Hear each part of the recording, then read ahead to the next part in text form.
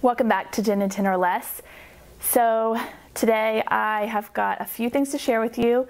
I have a story to tell you about how I almost died, which I'll leave to the end in case you don't want to hear it. And then also just share with you, I just got back from the beach. I've been gone for 10 days and I'm so excited to be back behind the camera. This is the first day that I've put on like full makeup and like did anything with my hair, which my hair is not agreeing with me. It's punishing me by acting crazy today. But anyway, I just had the best time at the beach. It was so relaxing. I slept a lot. But I told John if we ever get divorced, I'm going to just live there. So next month we're going back down just for a little bit, maybe just like a week or so. But then I'll be homebound for the rest of my pregnancy. If you can tell, I got some sun. Everett kept me out at the beach jumping the waves, and he just has no fear. If it were up to him, he would just run straight out into the middle of the ocean. But I'm not complaining. I love it. So on to my favorites. I was on vacation, so I packed, you know, what I thought I might use, and I put a picture of all those things on Instagram if you follow me there. And I did not end up using hardly any of them at all.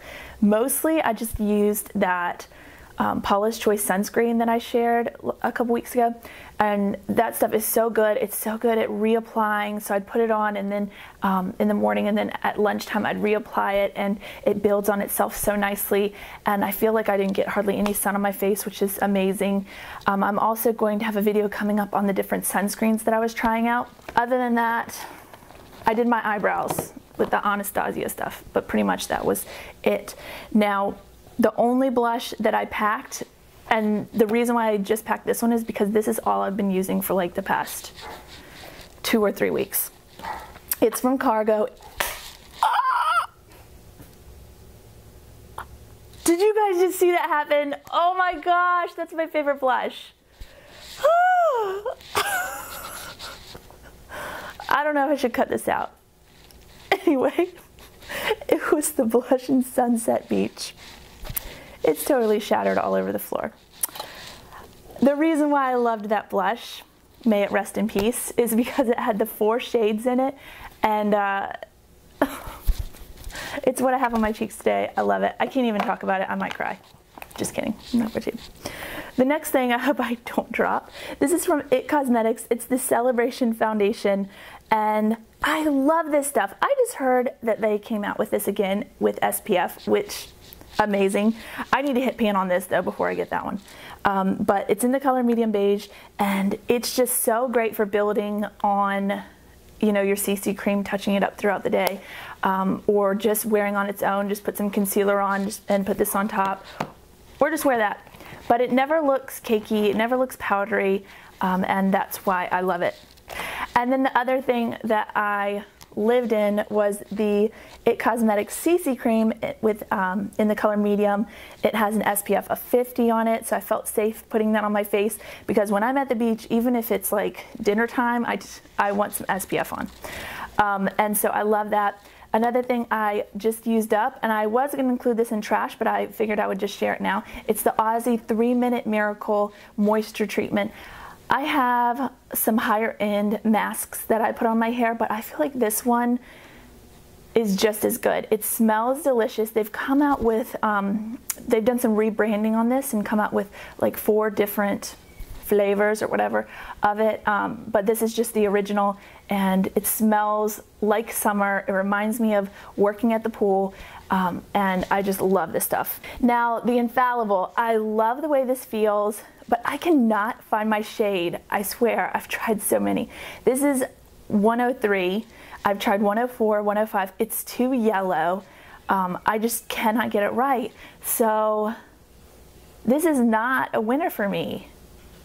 I don't know. I don't feel like my skin color is like that unusual, but I don't know why it's pulling so yellow.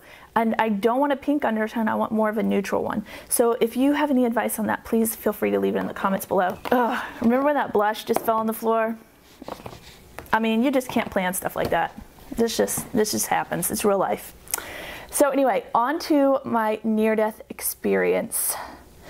Let me start off by telling you, that it's kind of, if you have a YouTube channel, you know this, it's kind of therapeutic to share things with YouTube and my subscribers in particular, just because, I don't know, just telling it just gets it out there and then it's off my mind, you know?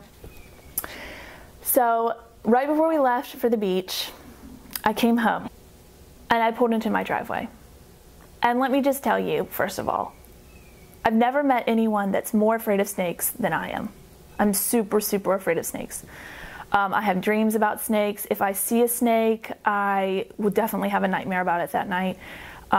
Everywhere I go, every time I'm in the woods, my eyes are always searching, like, is that a snake? Is that a twig? You know, I'm just really afraid of snakes, any kind of snakes. So I have a carport, and it's pretty much empty. I pulled up into it the other night, and I had flip-flops on. I guess the snake was just camouflaged against the concrete because I stepped out, looked down, my foot was this far away from a copperhead. So not only was it a snake, it was a very poisonous snake, and I'm pregnant, and it could be very dangerous for the baby if I stepped on it. I was wearing flip-flops. It could have been really, really bad. I popped my foot back in the car, slammed the door, just stood there for a second and just like, I was like, did that really happen? I took my phone and just kind of like went like that and took a picture of it and then looked at it and I was like, yeah, that just happened. I mean, if I had stepped on that snake, I was alone. John and Everett were gone. So it could have been really bad. So anyway, what did I do? I got in my car, I pulled back out of the driveway and I sat there for a minute and then I called my dad. And my dad's like, why didn't you call your husband? And I was like, he wouldn't know what to do. So I said, he's like, well, go get a hoe and then just chop its head off. And I was like, well, I'm not getting out of the car, first of all. Second of all, I'm gonna chop its head off on top of concrete. That seems like it would reverberate and just be bad. And what if I missed? And I did read online that, you know, most people get bit because they're messing with the snake and they should have just walked away. So anyway, I said, okay, no, I'm just gonna take the car, I'm gonna run over the snake. And my dad's like, well, I'm gonna stay on the phone because you're probably gonna crash the car. And I was like, no, take a few deep breaths, I'm gonna go very slowly and I'm just gonna run him over. So I ran him over and he's still moving. So I run him over about 15 times and I had to like sit on him with the tire. And then I heard a pop and I guess he popped out. And anyway, he's dead. And so after it was safe, I parked the car across the driveway. And then I called my husband and I told him and he was like, okay. He didn't believe me, but when he got home and he saw the snake, he was like, oh, that really was a copperhead. And when they're about teenagers, they turn gray, so it really did match the concrete. And I guess the concrete in the carport had gotten warm throughout the day and it was just kind of sitting there. But what I read online is that they like to sleep in groups. So that's fun.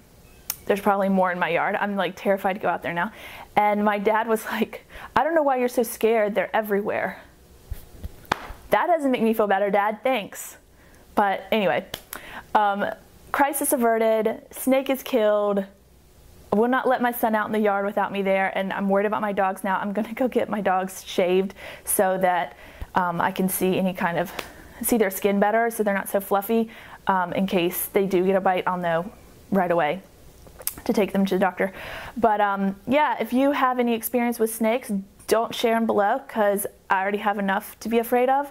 Thank you guys so much for taking the time to listen to my silly story and sharing my favorites with me and always being there and being so supportive of me. I really, really appreciate you, and I'll talk to you guys next time.